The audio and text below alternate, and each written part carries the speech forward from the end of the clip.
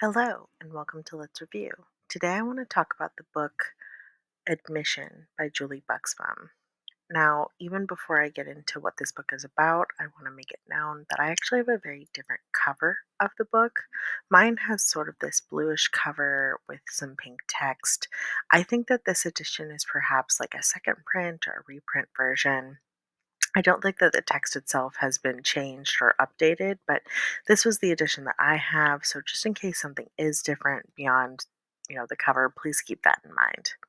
I was a- able to get this version of the text at Five Below, which is it typically is selling books at more of a discounted price than maybe what I've seen on Amazon or something like that. I don't know if Five Below is still carrying it, as it's been a couple of months since I purchased the book, and honestly, it's actually been more than a month since I've read the book too. So this review is really late. I just didn't know what I wanted to do yet. But either way, I do know that the book is still available with online retailers. I think I saw, well, Amazon, of course, is selling it, but like eBay books, things like that. There's copies of this book running around that are easy to get a copy of. And you can also go to your local library, which I definitely encourage. With that in mind, if you're not familiar with this book, I want to, I guess, before I get into kind of my review of it, go over the back of the book summary or the marketing copy. This is essentially what the publishers would describe as what the book is about. And it's described as a novel written by the best selling author, Julie Buxbaum, and it is her take on the college admissions bribery scandal that rocked the country in this timely tale of a hyper elite and the hyper competitive and the lengths they will go to stay at the top. The scandal, of course, being the Varsity Blues scandal that broke some time ago. Now, this book was published in 2020, which is right as everything was still breaking and there was, still news things. So we'll keep that in mind as well. The back of the book summary reads as follows. It's good to be Chloe Wynne Barringer. She has it all: money, privilege, and a ticket to the college of her dreams, or at least she did until the FBI came knocking on her front door, guns at the ready, and her future went up in smoke. Now her B list celebrity mother is under arrest in a massive college admissions bribery scandal, and Chloe might be the next one facing charges. The public is furious that headlines are brutal and the U.S. attorney is out for blood. As everything she's taken for granted starts to slip away, Chloe must reckon not only with the truth of what happened, but also with the examination of her own guilt. How much did she really know or guess? Why did her parents think the only way for her to succeed was to cheat? And what does it really mean to be complicit? With that out of the way, here are my first thoughts. This book is not great. It's not the worst book out there, but you can tell that it really is as advertised. It's a ripped from the headline story. And since it was published in 2020, the turnaround was so quick that news stories were still flooding my feeds. I'm not even 100% certain that I had seen the Netflix documentary at that point. This book was very quickly published. And part of what is really telling about that is that it has a lot of like cliched lines. For example, I think really early in text, probably, I want to say like page 48, I remember saying like the devil is in the details or something close to that. Um, and it has a lot of inaccuracies regarding coaching and counseling. And, so much of it just doesn't quite make sense in the story. And yet it does make sense if you think about how quickly this book was produced. There's a lot of writing that's very in your face and on the nose, with Chloe questioning a lot about her own privilege. And there's nothing wrong with that, I think, but it doesn't it's not subtle by any stretch of the imagination. And so it comes off as more preachy than it does make you want to actually consider or review things. Now, granted, this is fiction and it's not, meant to be accurate. It's maybe more meant to paint a picture of how the main character can remain so ignorant in the context of this larger scandal. How could she not know? And I really hate to do this, but a little bit of spoilers. She does guess, I assume, at the end. Not quite guess. She really does see that there's something wrong near the end of the tale, and it does make her kind of reflect. But, uh, well, I'll discuss that a little bit more. Um, just as a note, part of what makes me recognize the inaccuracies of it is that I currently work at a local junior college, and I've also contracted with with a college coaching company recently, where I've done essay coaching. So I have some experience in the education field, and I think that that sounds like what's going on there is um, like it might have been like research, but probably not in depth. This really was more of a passion project, assumably, something that just came on in a inspired wave of typing something out and writing it out, and because the author is a best-selling author, was probably able to get it published really easily through her primary publisher. And that does seem, when I've looked at interviews and stuff like that, that does seem to be largely the case. With that in mind, let's go into more of like themes of the book. We're seeing a lot of privilege, and I think that the back of the book doesn't do enough to kind of like warn readers of what that's going to look like. You see Chloe facing most her economic privilege, um, but there's other moments where she sort of has like a savior complex. For example, she's tutoring an elementary school student, and she's attempting in a way to make herself competitive, but she's not a very competitive student in doing that tutoring. The tutoring ended up becoming more of its own thing, where it's kind of like her one relief, and her one connection with another character, really, that's outside of her family. But the chapter was written, multiple chapters were written in such a way that Chloe is narrating.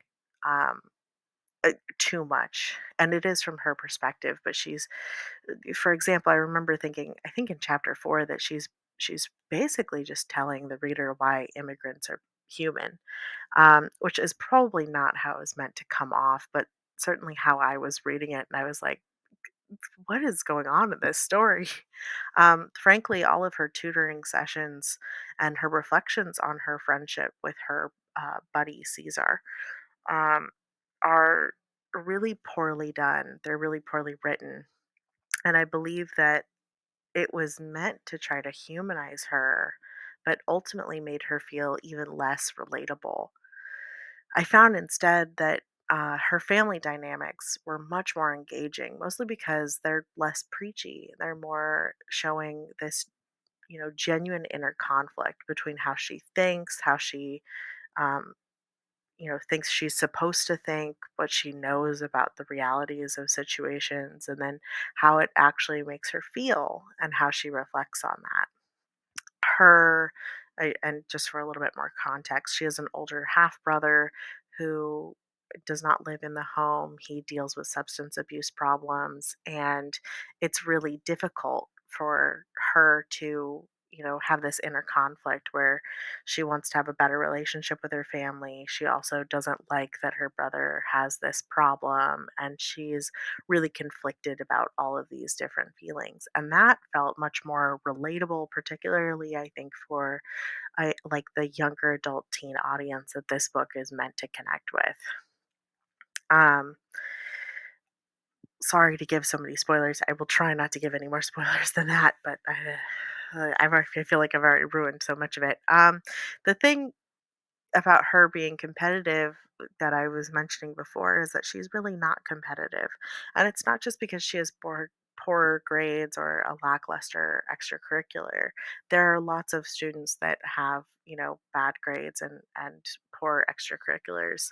Um, and there's ways to get around that, really. If you really want to go to college, there's usually some sort of drive that I see in students that really want to make it. There's plenty of students out there who do not have the grades, who do not have the extracurriculars that would make them look great on paper. but because they have that drive, they're willing to work towards it in other avenues. And maybe that means volunteering somewhere, and maybe that means, spending more time on your essays and talking with your counselor at school. Um, there are other avenues, essentially. And I feel like this book does not reflect that enough. We see, for example, Chloe's best friend, Shola. She's really a competitive student. She has the drive, and she's driven for economic reasons and for personal reasons that make sense to her character. Um, but you can see that she has the drive. And even if she didn't have extracurriculars or um, all of these other things to help her with that. Because she's driven, she's going to make herself more competitive in her writing, in her efforts to get in her ability to, wanting to network, probably things like that. As another note on Shola, I actually think that she's one of the worst characters in the book. She's great when she's, preparing for school and things like that, but as a friend, she's really more of like a frenemy. Chloe is desperately lonely and hurting, and it's very obvious even before the scandal breaks that she really feels like she and Shola get along really well. And yet, every time that you hear Shola really interact with Chloe, it doesn't seem like they're getting along that great. And then it makes sense, really, after all of that, that Shola kind of abandons her as soon as the admission scandal breaks. The class differences are huge between the two as well, and that's part of that on the nose writing that I'm talking about. Um, Shola, when they have this moment to discuss, makes a claim that it really isn't fair that Chloe had such a leg up, and is kind of showing in a way how she deserves to be in this situation for, being ignorant. And the book really made me question on this idea: is naivety um, sort of its own sin? Is it okay to be ignorant? There's a solid debate there, but we don't really get that clearly in the text. But it did make me think about it, which was really interesting. And there's a lot of other interesting things. But going back to what Shola said, she says it's not really fair. Uh, I kind of agree with that. Her friend saying it's not quite fair. We all have different starting points. And while all students may have access to purchase these services, not everyone can afford it. Not everyone knows where to look. And, I work I'm contracting at present with a college coaching company. And to be honest with you, I wouldn't be able to afford these services.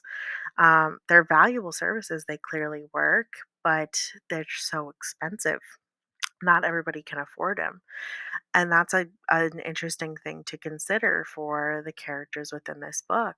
And I think that that would connect really, really deeply with some students who are reading it. On the other hand, um, this also really kind of, as much as it really humanizes Shola, Shola was already very humanized in the text. And so it kind of makes you feel as you're reading that her best friend is kicking her when she's down. And like Chloe really doesn't have anyone on her side. She does. Her parents obviously want to support her, but for legal reasons, they can't discuss the case. And her younger sister hardly talks to her at all. They're such different people. Um, it's really lonely for her. And that comes off really a lot in the book. There's so much loneliness um, that it's hard to get around. Of course, for a good while, I want to say that I was on Chloe's side. She's not a very likable character, but she's not really a bad person. She has this insistence on being innocent. But around the end of the book, it does reveal that she probably did know something, that she saw a part of her application. So it's not just all of these red flags that we see as she's going through, the lead up. And the book is told in a alternating chronological order between past and present. So there's a lot of, I want to say, drama there. There's this feeling of like getting lost as you go between past and present. And because of her insistence on being innocent, I wanted to be on her side more, where I wanted to, even though what was happening was so bad, you kind of believe that she really didn't know because she's building this defense in her own mind of how she's a little bit, I want to say, you know, ignorant, naive about these things that are happening to her. And at the same time, there's all of these inaccuracies where you can really believe that she is ignorant for the reasons that nobody really talks to her about it.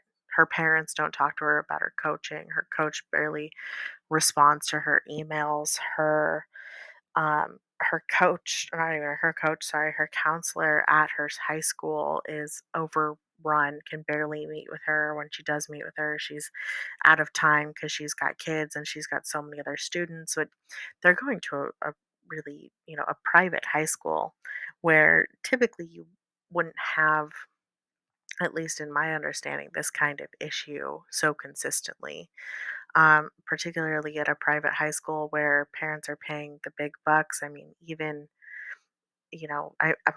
my nieces and nephews have attended private school. I used to attend a private school in elementary school, and the academic standards are typically higher, at least in my experience at a charter school sort of a situation. So it's really surprising to see how much she struggles and how much she's not supported by the adults around her, and at the same time supported in these economic ways. I'm hoping that's making sense. Part of all of this inconsistency that I feel, the inaccuracies, but also just the flaws in her character, I think is more so because she's just a rushed protagonist who hasn't found herself and can't find herself in this moment. She's not exactly an anti-hero, although uh, I have discussed this book with some of my friends who are like, "Oh, she's an anti-hero." I want to say no, she's not really an anti-hero. She doesn't meet the qualifications of that. She's just too rushed as a character, or frankly, her whole family situation is too rushed. There's so much tell, there's not enough show. There's so much on, on your nose, in your face, and yet not enough real consideration. You're asked not to reflect on yourself or on her character, but instead told how you should feel so often in the text that it comes off as abrasive in many ways. Would I recommend the book? I want to say no, at least not to teens. The writing just isn't that good, and I think that there's so much better books out there, or so many better books out there, particularly in the young adult teen area. However, I would maybe recommend this book to like older people, maybe like young adults when you're in your 20s, maybe older, and not for the writing or for like lessons that are being told to you within the text. It's, as mentioned, far too like upfront. But as an example of how there are really different perspectives, even ones like Chloe still out there. Maybe they're not in the middle of a major scandal, but they're definitely out there and needing growth and clearer messaging. I would maybe use this as like a teaching material too. The language is really low level and therefore very easy to absorb. So it might be great within like a lower level college classroom as a potential way to introduce ideas. It's not really a book that's making you think or reflect, but it is one that is making you consider what happens in the world, and So older audiences might appreciate that, particularly if we're using it and reflecting on like news articles and how language is used to make you feel a particular way. There's a lot here to do for like rhetorical analysis that I think would be really interesting.